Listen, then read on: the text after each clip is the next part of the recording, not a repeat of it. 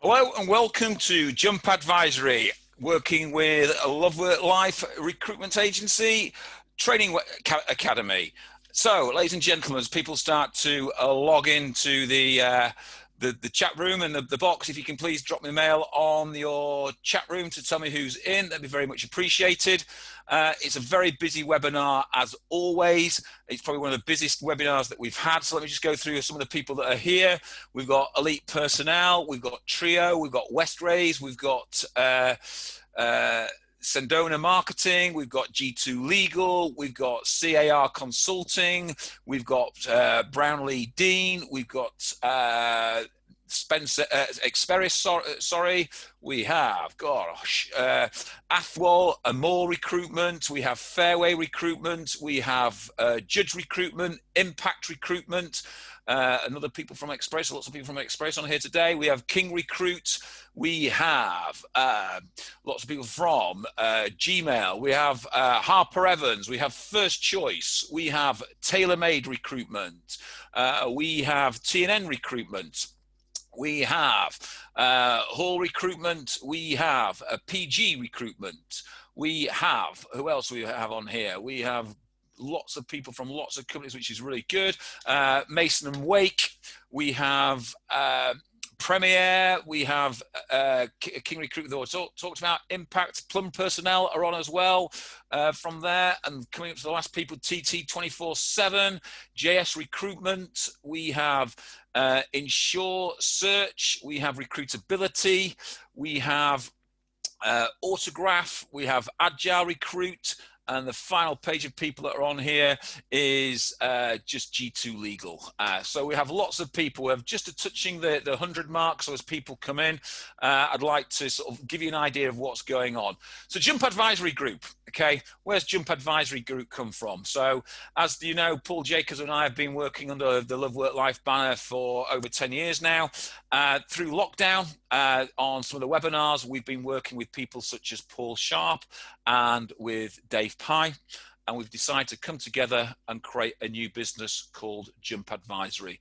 This was launched yesterday, Monday and yesterday. So we launched on Monday officially out on the internet, and then yesterday on the expo, the REC expo, we launched that we are now also a premier partner with the RAC for coaching and mentoring and business advisory for business owners, as well as training and development for staff.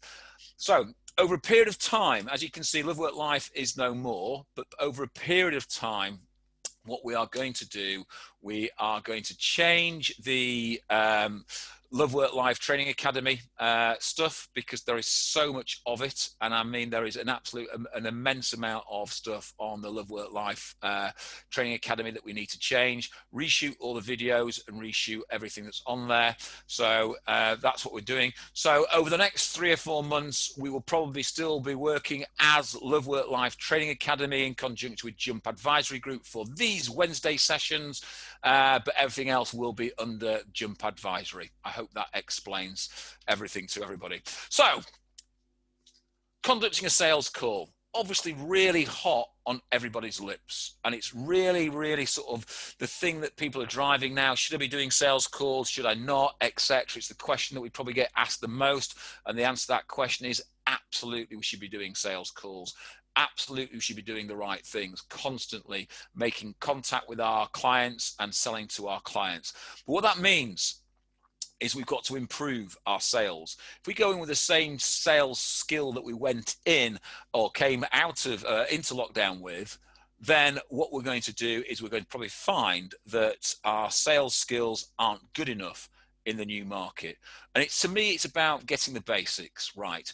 I remember back in 2008, in the recession in 2008, the recession in 2001, a recession in the early 90s, okay, what carried me through those recessions was my ability to generate new business and open new clients. And to generate business, I spent an awful long time perfecting my sales strategy and perfecting my sales call. Now, irrespective whether this is a call over the phone, whether this is a video call, or whether this is a face-to-face call, okay, it is all the same. It's about following a generic process and making sure that that process works for you. So I'm going to split this into 2 calls. So the next week is going to be the second part of this, okay? Because I think there are distinct areas of the recruitment sale that people need to understand and people need to become au fait with. So I'm going to break it down. And what I always say is that there is a big difference between those who are great at new business, those who are average at new business, and those who just shy away from new business. Everyone that I know doesn't particularly like new business. It's not the nicest thing to be doing. Some people thrive on it, okay, but still don't like it. Okay, what this course is about is giving you the basics so that you can get information back that you can use from your clients to convert them into buying clients. So there's an awful lot to go through, as always. So let's kick off and let's start. Again, if you've got questions, feel free to ask those questions as you see fit. From there, thank you for all the people saying good luck with the new company, much appreciated. So let me sort of go through where we are. So the objectives in part 1, okay, we want to sort of look at simple objectives, okay? We want to look at making an impression, an opening benefit statement, how to question your client, and the structure of the call. The training session will give you what I believe is the bit that most recruiters suffer at. That opening benefit statement, that opening hook to capture a client's imagination, okay, to want to carry on that call is really important. And yet we tend to gloss over it constantly and tend to ignore it constantly. Having a structure is really important, and having the right questions to ask is really important. And then closing with actions before we go on to our sale is really important.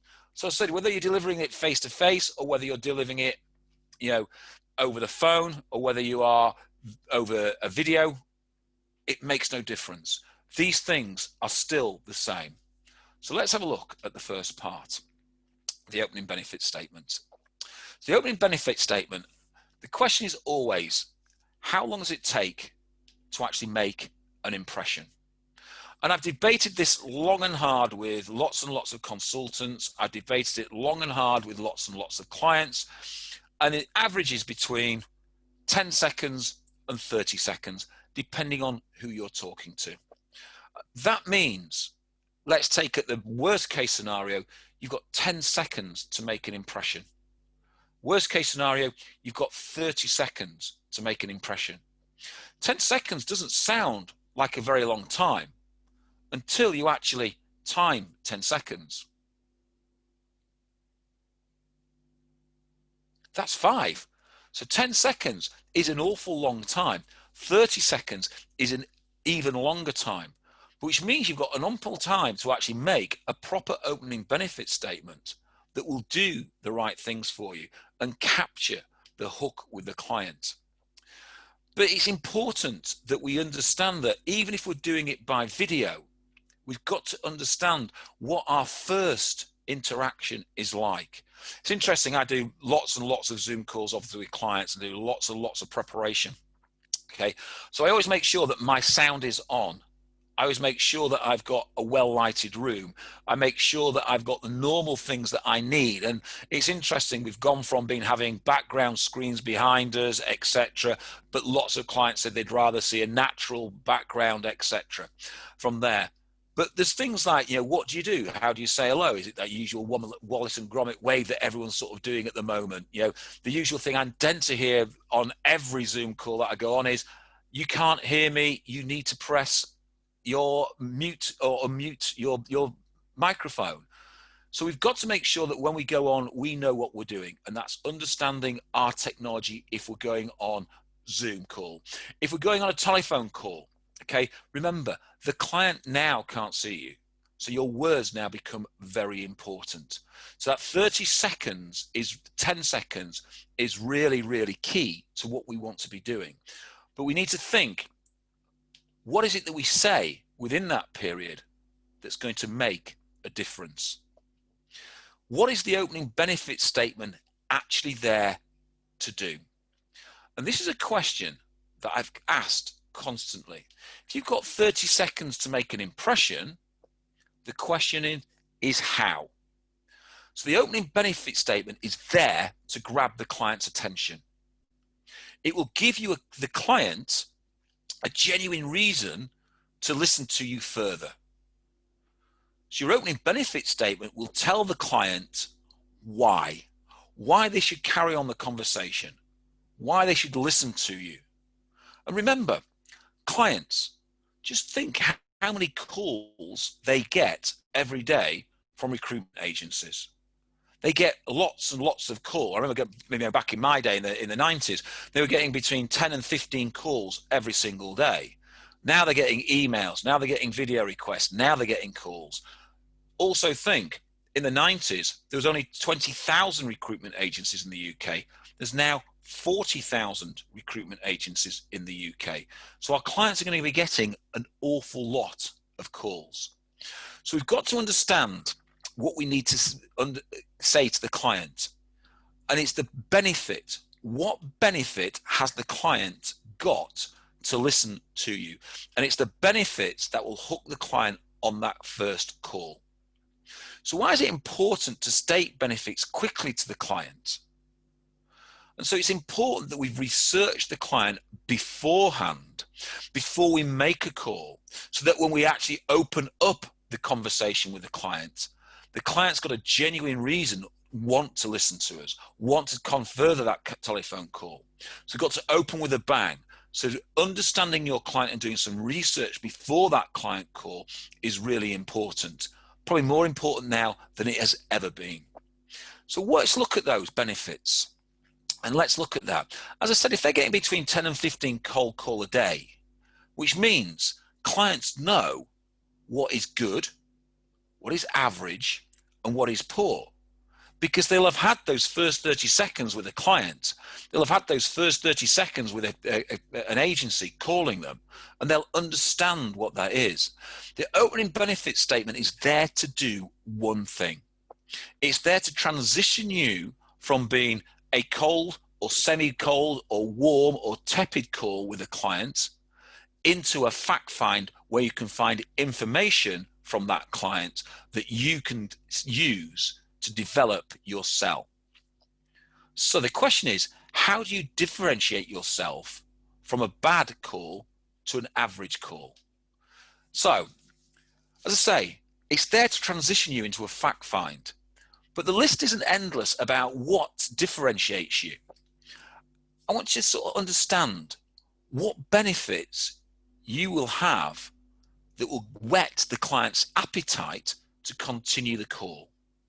So what benefits can you think of why a client would want to listen to you and speak to you further rather than just put the phone down and get on with their job?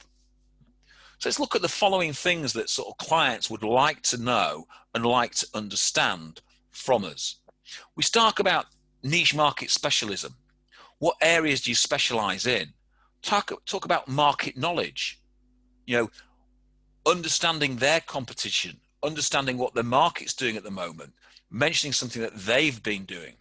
Maybe someone's referred you to that client, that human touch, that point of contact where we are linked together, and that referral will help smooth the way. As I said, understanding company information, something that they may have put out in the press, something that they may be doing, something that maybe someone may have told you, okay, will help you smooth that opening statement. Having a candidate that has expressed an interest in working for the client is also really important. But now on video, as I said, we have that awkward intro bit. When the video switches on, we've got to make sure we connect properly with that person.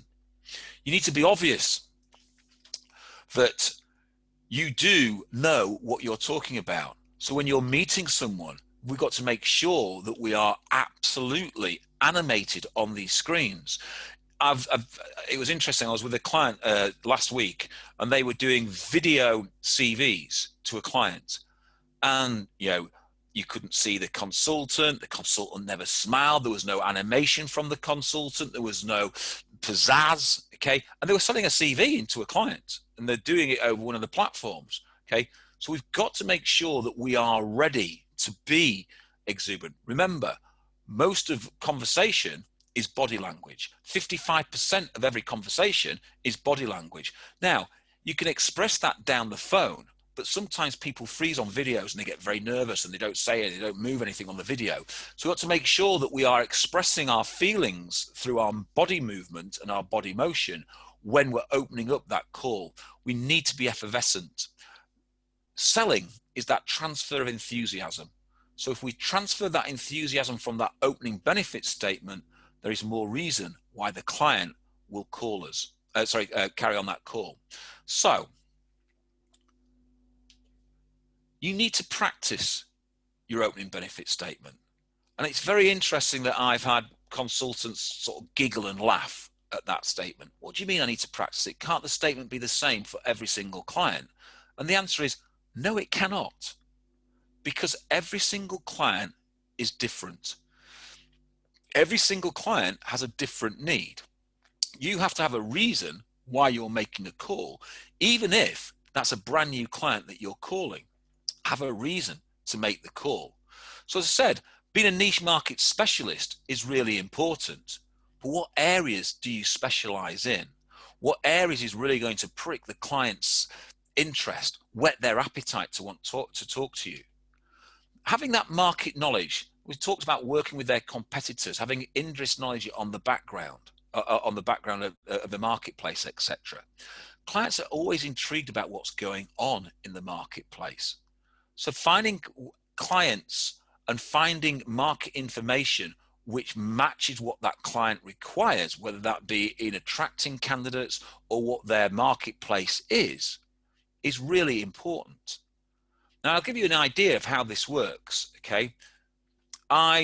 When I was running recruitment agencies, used to get an awful lot of calls from rec to recs trying to sell me, consultants. And I was always quite open with them, but my staff used to say, we know when you've got a bad recruiter on the phone. And I said, why is that? He said, because their comment to me was, you're horrible to them with the questions you're asking. And I said, well, I'm not being horrible to them. I'm being absolutely truthful to them. And this is a difference. I'd have a candidate consultant from a rec to rec ring me up and go, hi, Howard, it's so-and-so, so-and-so, so. I'm ringing up because I've got a candidate that I think is absolutely brilliant for you. And I go, great. Can you send me the CV now? And let's discuss the CV at this moment in time. And if they were a good rec to rec, within 30 seconds in my inbox, I'd have a CV of a candidate that we can then discuss and talk to. If they were a bad rec to rec, and they use that comment all the time, I have a perfect candidate that we think you'd be interested in, but they couldn't send me the CV. I knew they were lying. I knew they weren't telling me the truth. If they were sending me a candidate that wasn't within my particular marketplace, again, have they researched my company, or are they just trying to flog any candidate to me? So you could start to tell straight away what was going on. And those that were good, I worked with. Those that was poor, I never worked with. So again, it's how we have that first 10 to 30 seconds. Getting someone to refer you is really important. If you're working some really good contacts and you know they work with another client that you want to get into, get them to refer you. Get them to push you in there. If you're working with really good candidates, again, get your candidates to refer you to your clients. Use LinkedIn to refer you to your clients. And therefore, when you call them, they already understand that, but you've also got that common link with them. So referrals are really, really powerful if we use them properly. Company information. You can dig loads of company information about from their website, from the trade press, from normal press, etc. But the best company information that I would always gather is from past employees, certainly employees that have just recently left. Because again, I can use that person as a referral. I can use that person as a name that I could drop in to create a more linkage that I know more about the client that they actually do. But I use those things. So company information and past employees that can give me that company information is really important. And I say, if I'm going to spec a candidate in, I want to make sure I'm specing a candidate in that is a 99% hit for that client. What I wouldn't do is blanket a CV right across the marketplace. I would call a select number of clients, knowing full well that that candidate is a really strong match. I would have that candidate ready to send over to the client straight away so we can discuss that client constantly. So we need to make sure that our opening benefit statement absolutely whets the appetite. And I used to use all sorts of different opening benefit statements depending on what I was doing. So it could be, hi, my name's Howard Greenwood, I'm calling from, and whichever company I was calling from. I specialize in the IT market, specializing in this, and give the sector that I was specializing in. Or I'm Howard Greenwood, I'm calling from the company. The reason I'm calling you, I've just been speaking to a candidate that's expressed an interest and desire to actually work for your company. I'm looking at their skill sets now and having a conversation with you. What I'd like to understand is how their skill sets match with what you require. Their skill sets are, knowing full well I already know what their skill sets are because I've actually researched them, and give their exact skill sets. I want to give that client that opportunity to talk to me, to work from there. And what that should lead into is hopefully a fact find. And it's the fact find that then starts to really open up where we are. Now, again, this is where bad and average recruiters tend to fail. Your opening benefit statement has created interest. Now we need to create rapport. And by creating rapport, we start to create trust. Once we start to create trust with our client, we can sell more to our client.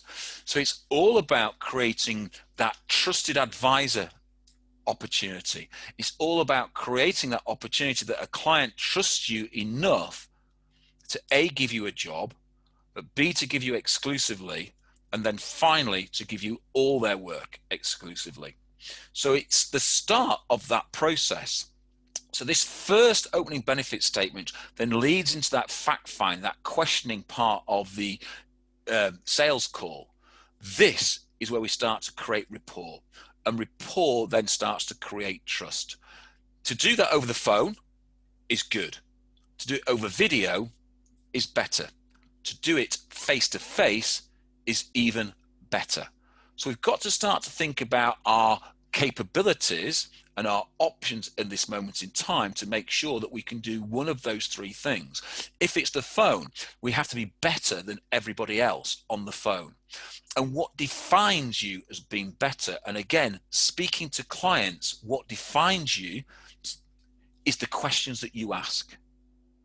And it's the questions that you ask that are designed to gather information on the client, but it's what information are you trying to gather? And this is what separates the bad, the average, and those that excel at recruitment. The bad and the average will generally start to ask questions about the business, about what's going on, and very quickly move into recruitment. What those that excel at recruitment ask is questions that are about the client's pain points, the client's issues, the client's problems. They're here to solve a problem. They're here to solve what's going on with that and find out the problem. And I've talked this with lots of clients. For those clients that are on the webinar now, I apologize for saying this again because you've probably heard this a number of times with me. I remember talking to people about the best way to interview consultants, and it's the same process that we're using. And someone said, the best thing I've seen is, oh, sell me the pen. Okay. And the same old thing, can you sell me that pen? And I asked a group of recruitment business owners, what the best answer that you've ever received? And some people were saying, I've seen lots of features and lots of benefits. It's writes in ink, it doesn't smudge, you can hide it, it's got a clip to clip into your pocket, etc. You can change its color, etc. All the usual features and benefits. And then one person turned around and said, the best person that said to this actually took the pen out of my hand and had the pen in their hand. And they turned to me and said, now, please write down on a piece of paper what salary you're going to pay me when you give me the job. And I said, that's really interesting. I said, then what did you do? He said, I had to ask them for the pen back. And they said, so the problem is you haven't got a pen to write down what I require. And they went, no, I've not. He said, here's the pen. So they didn't look at the features and benefits of the pen initially. What they did was look at the problem the client had and solve that problem. So our questions are going to be all about solving problems. So what questions do you ask to determine the information that you gather about the client, their business, and their recruitment process? We need to gather all of those, but we need to find out what their problems are on all of those stages so we can then start to cure their problems. And if we can cure their problems, then that is more about creating trust, more being that trusted advisor. So we've got to work really hard at driving that in. So what types of questions do we ask? And again, I speak to lots of consultants about this and I hear it all the time. We've got to ask open questions. We've got to ask the who, the what, the where, the why, the when, the how, etc. Okay, we've got to ask all these type of questions. And that is very true. We do have to ask these type of questions, but we have to be more in depth. We have to have more empathy now with our client and more understanding from our client. And that means we have to be more persistent in the type of questions that we ask. We need to have that intelligent or intellectual honesty about the quality of the questions that we're asking. So is our process good enough? Is our process good enough to actually get the information that we require from our client? So I used to think the more information that I had, the more opportunity that I had to beat my competition who might be speaking to the same client. So I still am an extremely competitive person. And so every time I would speak to a client and I'd want to work out what's going on, I would instantly thinking there was someone else, another agency that they're working with. And I'd have that as my nemesis. I'd have that as the person that I wanted to be. And that person was the best recruiter in the world, the best recruiter I could always think about. And that was the person I wanted to be. And that kept me on my toes constantly. It kept me purely level-headed that I had to beat that person. So I had to work out how to be the best constantly. So just asking bland questions didn't really work. It was about asking more in-depth questions and pushing those questions further. So the type of questions that I asked, okay, were very simple. I used to ask lots of open questions, but I also used to ask closed questions as well. And I'd use those closed questions purely to clarify a point. So I'd have a process where these are the things that I wanted to find out from my client. And I'd have a list of between 10 and 15 things that I wanted to find out from my client. And when I got to the end of each individual thing, I would close with a closed question, because I knew then I would only get a yes and a no answer. And by getting a yes and no answer, I would clarify whether I had enough information. So I had to ask open questions. I had to ask open questions and then close those questions down. So what open questions do you use? And these are very different now from the what, how, where. Because I'm now going to specify the type of questions that I wanted to ask in order to gain the right information that I needed. So I'd always want to ask a probing question. How do you? Where did? When did you? What were you? Etc. And I want to ask probing questions to get more information. And once I started to ask a probing question, I could start to understand some of the things that that client was doing. I then want to start to ask what I would call impact questions. Impact questions such as, what would happen if you did that, etc. Those type of questions, because those now would start to build potential problems and highlight areas that I should be investigating more. And so then what I would do was start to ask defining questions. At what stage are you at? Can you tell me more about that? So I'd start with a probing question. I'd then start to ask impact questions. Then I'd start to ask defining questions to start to really open up my client. And I'd start to use things constantly. And one of the questions that I would use constantly would be, that sounds really interesting. Tell me more about that. Or, I don't quite understand what you mean by that, Mr. Client. Can you explain that a little bit more? And I'd get them giving me more and more information constantly. So to me, it was about gathering more information. The more information that I had, it meant that I could find a candidate by design and not by luck. It meant that I now understood the pressure that the client was under, the problems that they were having, and how I could potentially solve their problems. So developing questions from the above, using the client's own words and asking more questions would give me more information. So I'd be listening specifically to what the client was saying, their terminology, and I'd start to use that terminology then through the call, because I'm using their terminology now, they're understanding a little bit more, and so am I. If I didn't understand the terminology, I'd ask. So I did understand it. So I would start to use what I would call leading questions. And leading questions would be giving me more information. So assumptive questions. The client may have already given me permission or acknowledged their understanding on something, so I'm just going to assume the question to gain more information. Have you just completed that part of a project? When I talked to you, when I was looking before I called your company, I noticed in the press this. I'm assuming that you're at this part of the project now. So I'd use an assumption question to open them up and let them give me more information. So tell me more about that. I want to then start to use hypothetical questions. These questions help you can build the client problems. So what you're saying, Mr. Client, you're at this part of the project. What would happen if? And I would use that type of question constantly, because what I'd want to do is once I'd got that hypothetical question asked, okay, I could then start to use a closed question. I'd also use past tense questions. Last time you did that, what happened?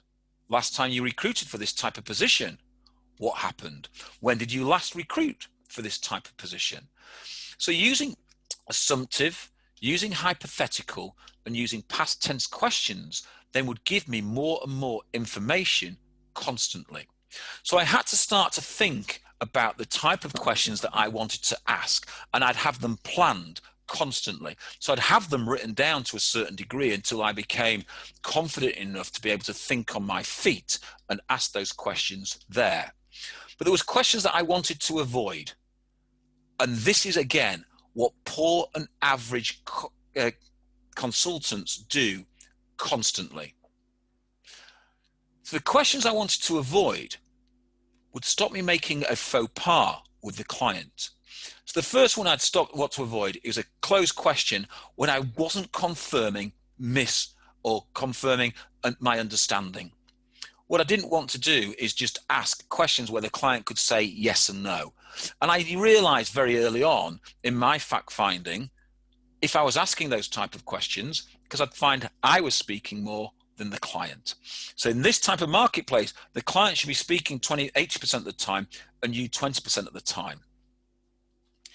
So the questions that when I spoke to then clients to find out from clients what questions they hated, it was things like this and things that I didn't understand. Leading questions. Would you like me to? Who are you using now and how much does it cost? Leading questions that are leading them to give you an answer. The client finds that a little bit insulting. They find it that they understand that you haven't got the knowledge, but you haven't got the guts to ask the right question in the first place.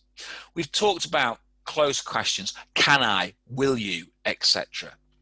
Another thing that the clients told me that they hated was multiple questions. When I say multiple questions, what I mean is such as, what process are you using now? How do they affect you?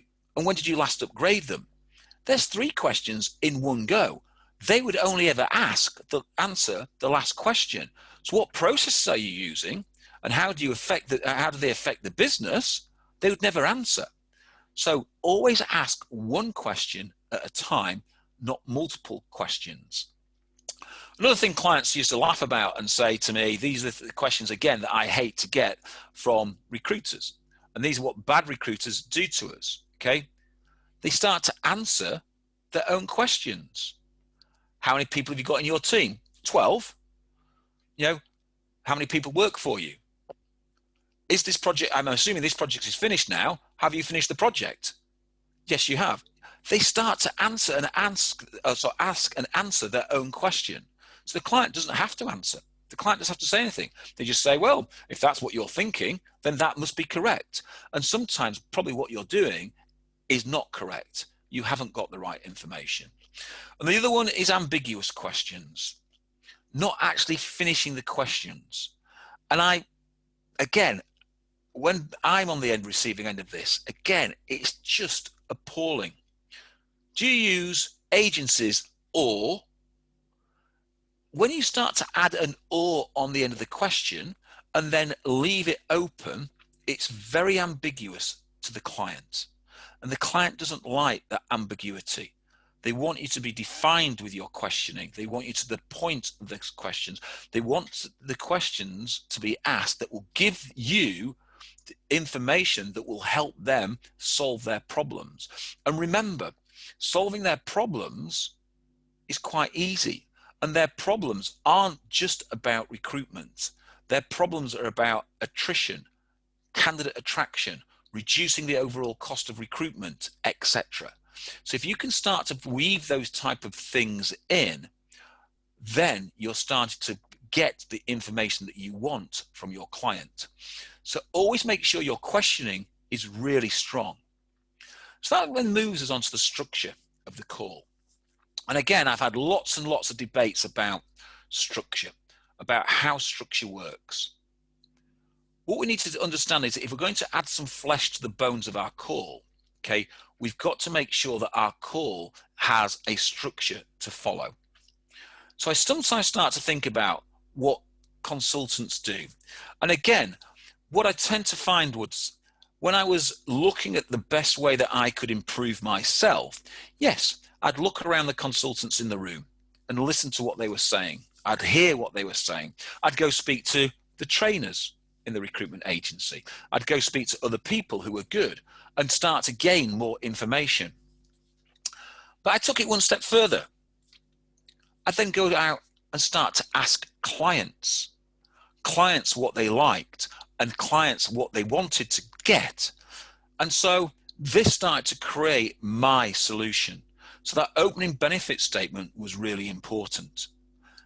The fact find that we've just talked about, the questions that we asked during the fact find, we're going to talk about a lot more about those questions in a minute, okay, is really important, because that's where you find as much information as possible about the client. But what you're actually doing is you're getting the client to talk about themselves. You're getting the client to relax. You're getting to understand. And what my clients were telling me was the more the candidate, or the more the agency probed about me, and the more the agency found out about me, the more comfortable I was that they could fill my position.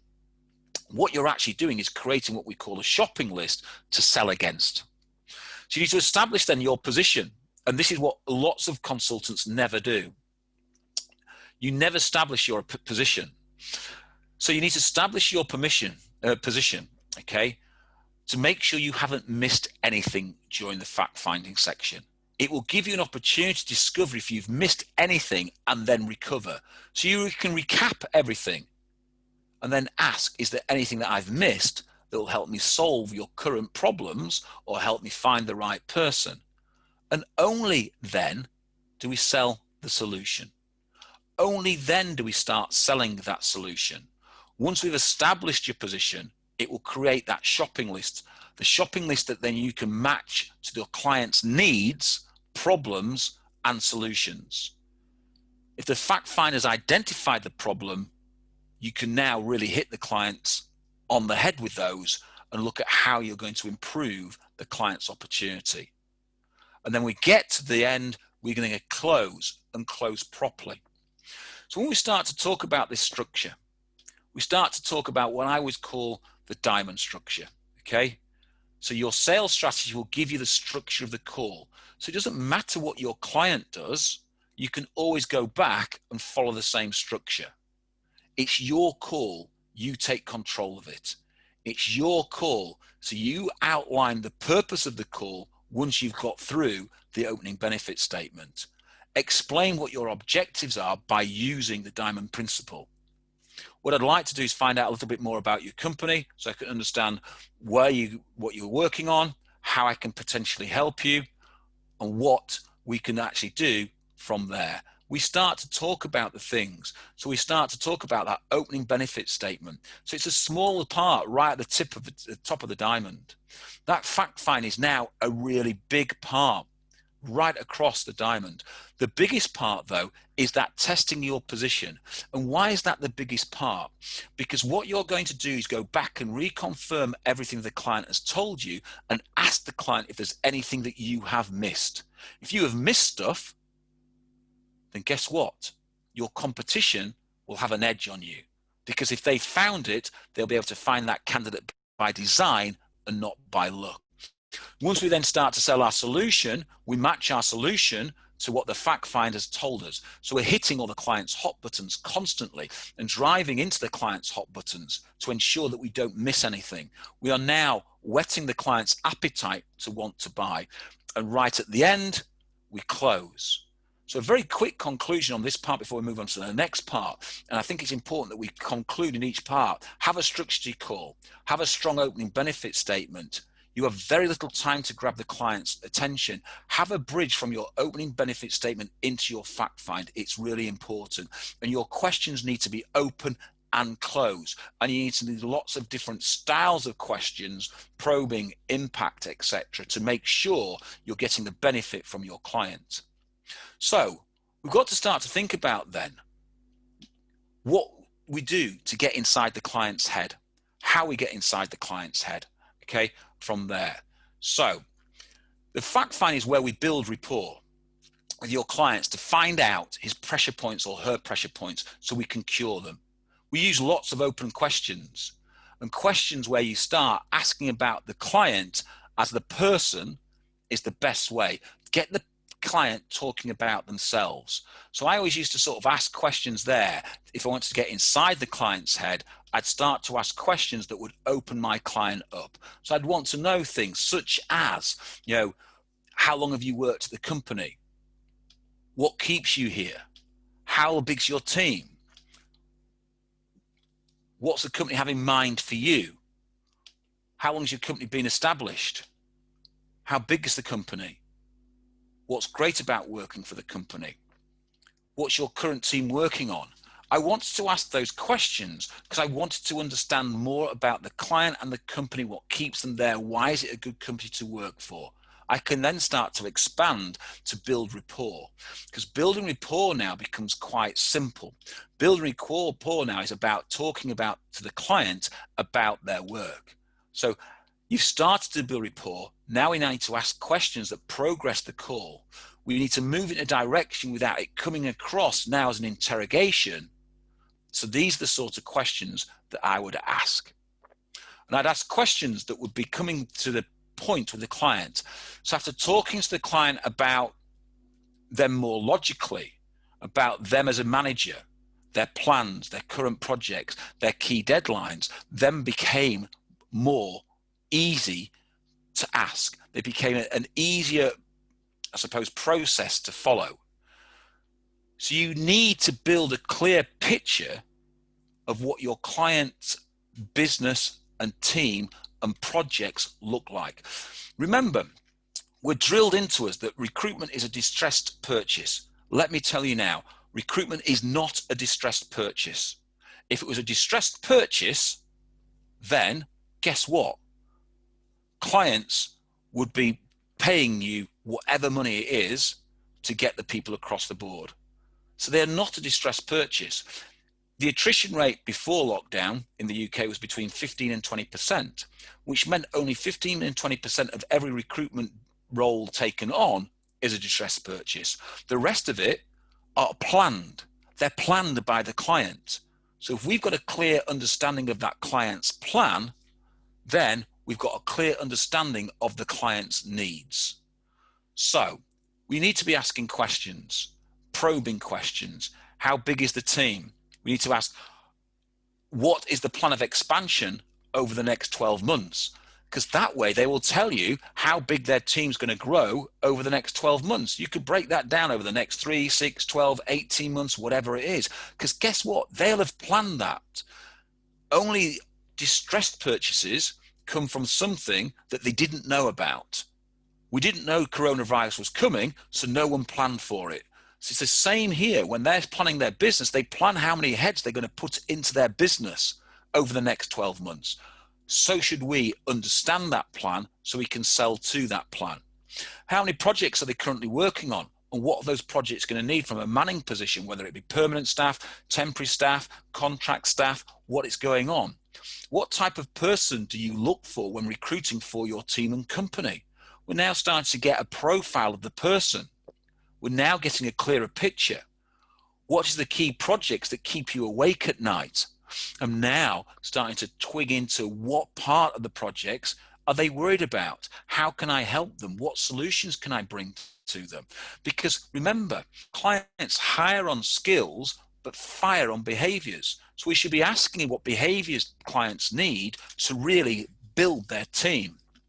What skills they need to help develop their project. They are two different things. What stage of the project are they at? And what's the next phase? What project deadlines are they working to? Now, all clients have projects. All clients have deadlines, irrespective of whether you're bringing someone in to do a warehouse job to a CEO. They all have projects and they all have deadlines. They all have reasons why the position is open. Our job is to find that reason and deliver that reason. So we need to dig for more information. And digging for more information is really important, because digging for all information is all about the impact questions, which will help you build an understanding of the client's pain and will start to give you areas that you need to focus on when it comes to selling your solution. So here you need to ensure that the client understands that he has a problem. Now, again, this is something that I come across quite an awful lot. Certainly when I'm listening to consultants, certainly when I was managing consultants, I'd hear this quite a lot. Clients would like that first little bit and they've got a good taste of what the agency is talking about because you've probed a little bit and you've maybe given a bit of information about what the agency does. We should never sell during the fact find. Why? Because as soon as we start to sell, and the client can stop giving us information. The client stops us giving us information, you might miss critical parts of the information that we require that are priority for you to find the right person.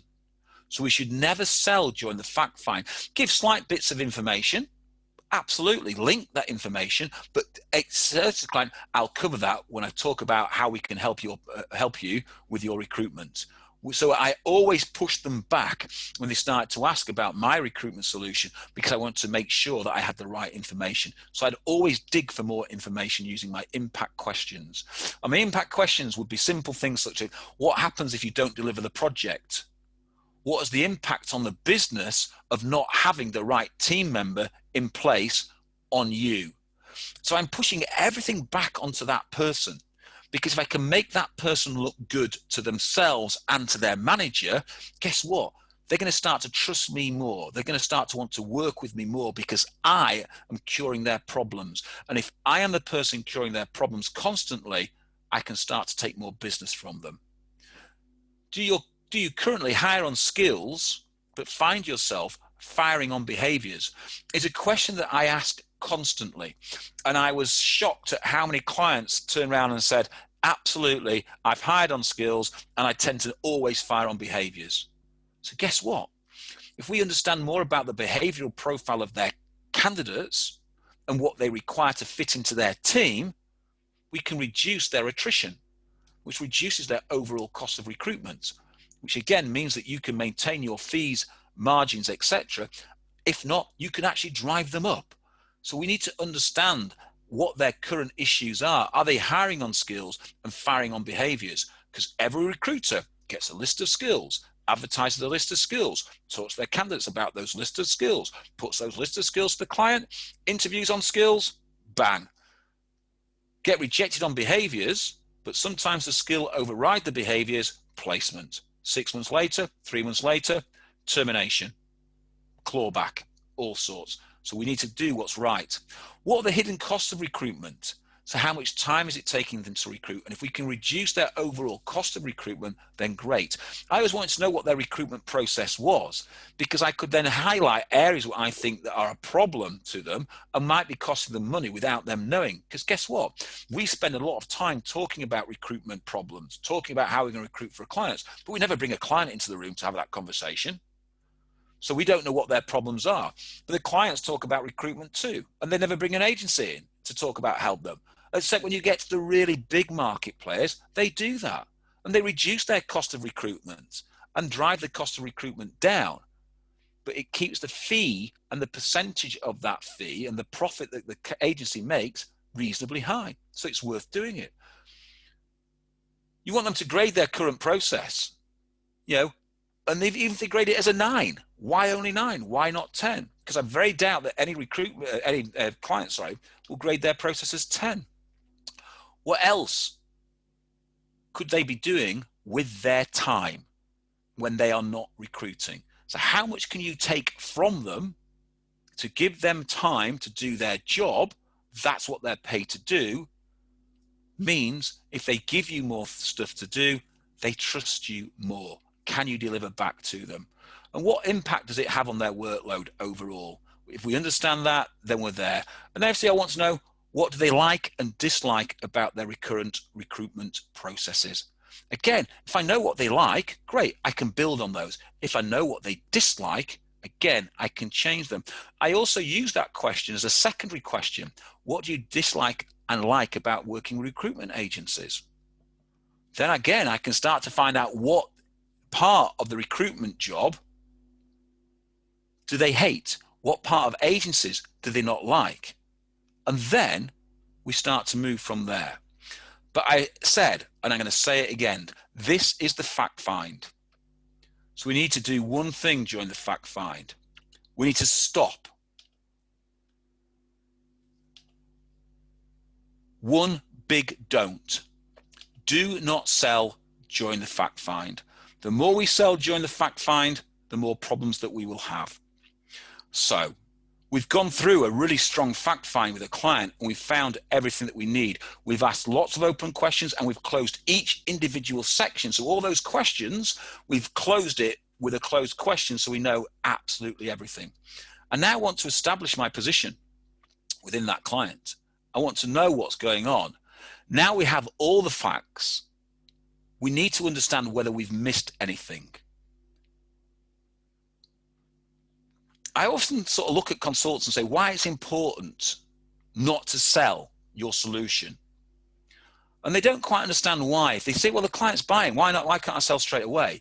Because we need to recap to make sure we haven't missed anything.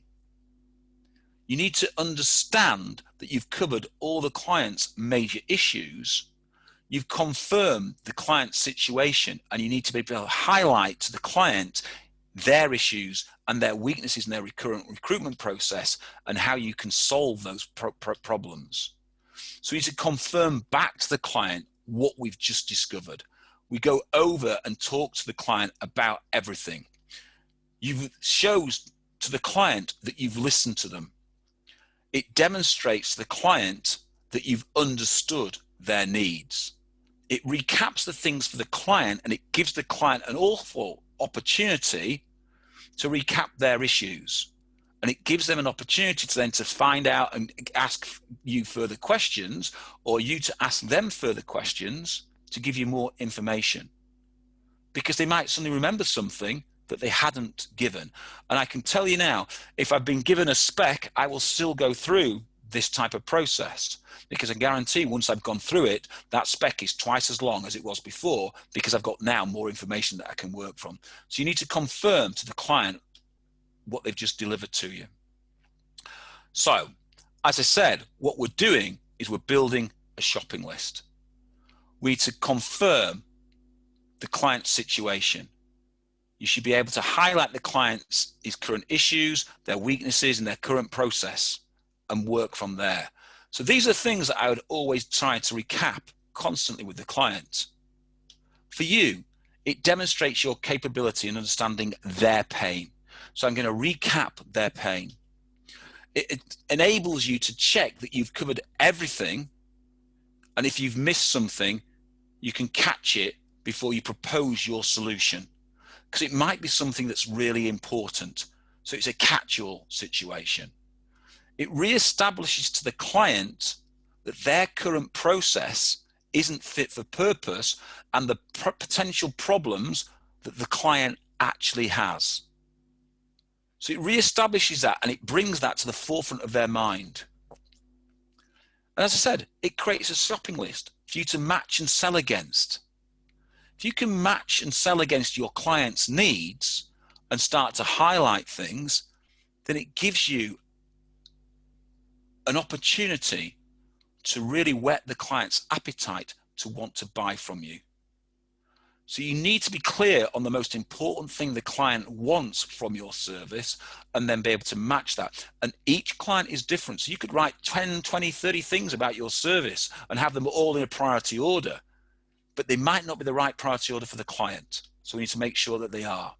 But for the client, okay, it demonstrates to the client that you've understood their problems, that you've listened to them, and you've covered all areas fully and professionally. Too many agencies get off the phone. When I speak to an agent, how long have you expect to do a fact find for? Oh, 10 minutes, 5 minutes, you know. I'm talking doing half an hour, 40 minutes plus. You know, for my big clients, this would be an hour telephone part of the conversation, because I want to really dig deeply into my client. The more I dug, the more I discovered, the more opportunity I found myself. It gives the client an opportunity to listen to your recap and discover they have potentially missed something. So your recap can help them trigger a memory. It may give you something that's critical that they may not have thought about, because I can guarantee clients generally have a very, very sort of shallow sort of mindset on what they're looking for. They want to get you on and off the phone really quickly. But all of a sudden, as you start to probe, they start to understand that you're looking for things that are generally going to help them. And if they're generally going to help them, then all of a sudden, they're going to give you more and more information. So to conclude part one, we need to make sure we've missed nothing. The fact find is the most important part of the process. Rapport opens information. So you need to be certain that you've covered all the major issues and missed nothing for your client. You need to reconfirm the client's situation. You should be able to highlight to the client their current issues, their weaknesses in their current recruitment processes, their strengths, and it should remind them that things should change. So questioning is a skill that needs to be developed daily. Find out the questions that you ask your clients that really open the clients up, and find out the questions that stop the client giving you information. Start to develop your questions. So I talk an awful lot about being process proud but never satisfied. I was always proud of my process, but I was never satisfied with my process. So I was always tailoring it. I was always changing it. I was always upgrading it to make sure that I was improving. And I looked at that, and I looked at my nemesis and thought, if that's the perfect recruiter, I've now got one thing over you, because I've now learned something that I didn't know yesterday that I now know today. I've now improved something from yesterday that I hadn't improved the day before. So now I've improved again. And just think how many good and average recruiters are out there. And I would say that's 90% of the marketplace. It doesn't take a little bit just to become better than them.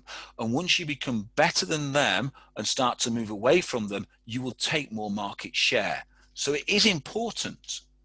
You need to establish your position before selling. I can't stress that enough. If you do not establish your position before selling, you are going to miss so much opportunity. You're going to miss so many little crucial details that the client may have missed. Okay, so when I'm testing my position, okay, I want the client to ask more questions. I want the client to give me more information. If the client doesn't give me information saying, yeah, I think you've got everything you need, I'm panicking a little bit, because it means that, wow, I've done the perfect fact find. Guess what? I'm not perfect. I can't have done the perfect fact find. It doesn't happen. So I'm going to start to probe a little bit and work from there. I want to make sure my shopping list is complete before moving on. So we need to make sure when we're doing that. I've been asked a question here. Would you sell your service on a separate call to the fact find? No, it's all about the same call. I get to this point here and I make a choice. If this is a telephone call, then I'd make a choice. Mr. Client, we've had a lot of information. It's been a really good call. What I'd like to do is come and talk to you about my service, and I'd go and create a face-to-face visit. If it was a Zoom call or a Hodro interview, whatever it be that you're using, okay, I would carry on and I would now move into selling my solution to the client, and I'd have that ready. So I'd make sure that I could do it in one call or two calls. But if I've got this far and I've got the client eating out the palm of my hand, now I need to strike while the iron's hot. So I would make this call absolutely paramount and move it to the next stage. If I'm really, really buoyed by what I've heard, and i.e. I'm talking about not just one position, but lots of multiple positions, a big recruitment drive over the next 12 months, I'd be going to see the client, visit the client, because I can sell more face-to-face than I can over video or I can over the phone. So I'd work really hard in that marketplace. I'd spend my time doing this. So now we're starting talking to clients. Let's start to think about what issues they are having as they come out of lockdown. What issues are they going to have with regarding staffing over the next 3, 6, 12 months, etc. How can we help them with those problems? Every client is talking about the same thing, about reducing costs. So how do we reduce their costs?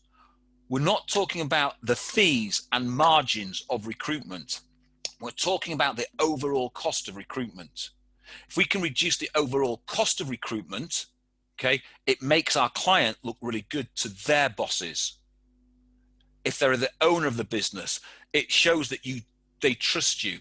It shows that you are being a true consultant to them and being consultative and helping them reduce their overall cost. Because the biggest cost to most clients are staff that leave and time.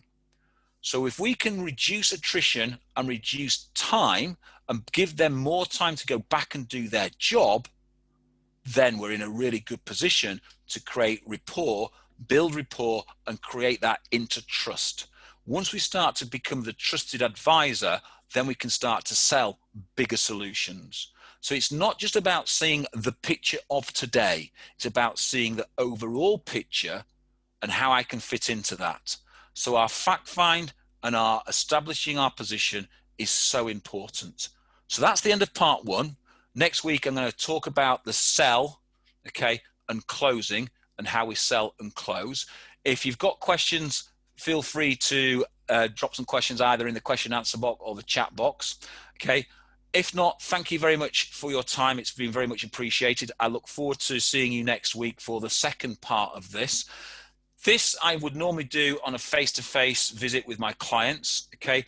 But I'd also interject, role plays, scenario-based things, etc. So take the video. The video will be up on our LoveWorkLife website and our YouTube station. So if you find us on YouTube, the YouTube is the Jump Advisory Group YouTube page. If you find it, follow us on YouTube, okay, and like us on YouTube from there. But think about what we're talking about. Think about the questions that we're asking. Thinking about how strong your opening is to your sell, to your clients, and how in depth do you get. Therefore, are you thinking about your capabilities of taking your client to the next level and the level beyond?